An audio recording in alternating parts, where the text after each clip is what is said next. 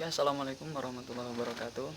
Halo sahabat tanduk muda, saya Rian Hanafi, NPM 19 14 14 10 26, dari kelompok Biokimia 3, jurusan Peternakan, Universitas Lampung.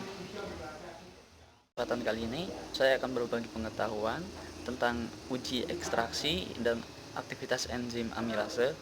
Nah, di sini saya menggunakan bahan kacang hijau dan buah jambu kristal sebagai objeknya.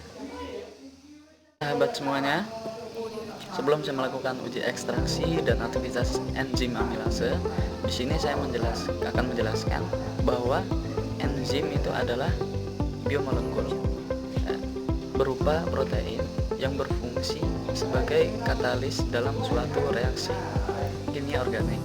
Nah, ketika kita melakukan uji enzim ini, maka kita telah melakukan uji protein. Nah, dalam hal ini saya akan membahas tentang uji ekstraksi dan aktivitas enzim amilase. Pertama yang saya gunakan adalah kacang hijau. Ini kacang hijau. Nah, kacang hijau ini untuk menguji enzim amilase pada kacang hijau, langkah yang pertama itu kacang hijau tersebut dikunyah, layaknya seperti makan biasa. Kemudian setelah dikunyah akan terasa bahwa terdapat banyak air liur yang ada di mulut.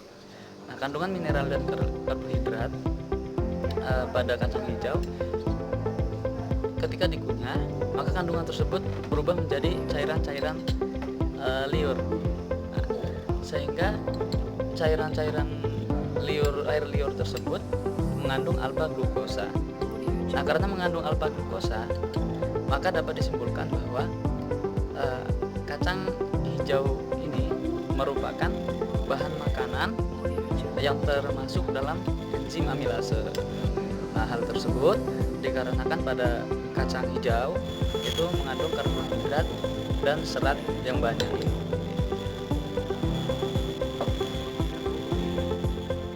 Melakukan uji enzim amilase pada kacang hijau, saya beranjak untuk melakukan uji enzim yang kedua.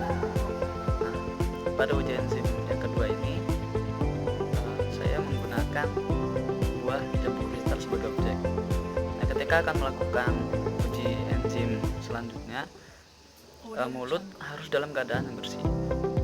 Oleh karena itu, terlebih dahulu saya sterilkan zat-zat sisa kacang hijau yang ada di mulut dengan minum air putih.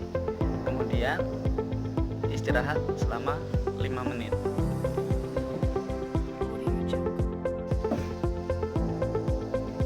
Setelah 5 menit dan sudah bersih dari zat-zat sisa kacang hijau sebelumnya, saya melakukan uji enzim amilase dengan mengunyah atau memakan jambu kristal sebanyak beberapa kunyahan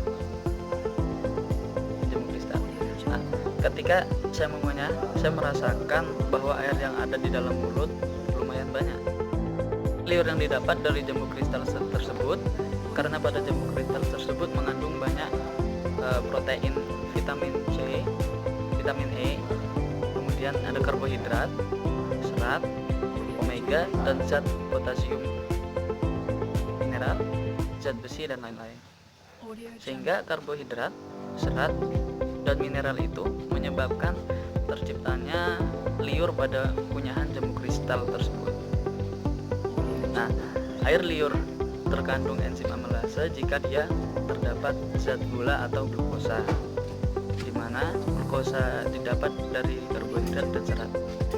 Oleh karena itu, dapat disimpulkan bahwa jambu kristal ini memiliki enzim amilase dan dia merupakan enzim alfa glukosa. Kemudian ada beberapa faktor yang menyebabkan tinggi rendahnya air liur, yaitu stres, cemas, depresi, merokok, penuaan, mengalami dehidrasi parah, dan sebagainya. Nah, kemudian enzim yang mempengaruhi sedikitnya air liur adalah enzim vitalin, yang masuk dalam golongan enzim amilase. Nah, di mana fungsi enzim vitalin ini memecah pati karbohidrat menjadi gula saat ada makanan yang masuk dalam tubuh kita. Nah, setelah itu mekanisme enzimnya yaitu antimikrobial salvia, di mana air liur mengandung komponen organik seperti protein yang bersifat antimikrobial. Penelitian terdahulu menunjukkan bahwa protein mempunyai kemampuan terhadap perlekatan mikroorganisme in vitro. Kemampuan protein tersebut terutama dapat menghambat metabolisme perlekatan kuman di dalam rongga mulut, terutama pada permukaan gigi. Buat semua, demikian penjelasan yang dapat saya sampaikan. Semoga video ini bisa bermanfaat buat sahabat tanduk muda semuanya. Saya akhiri. Assalamualaikum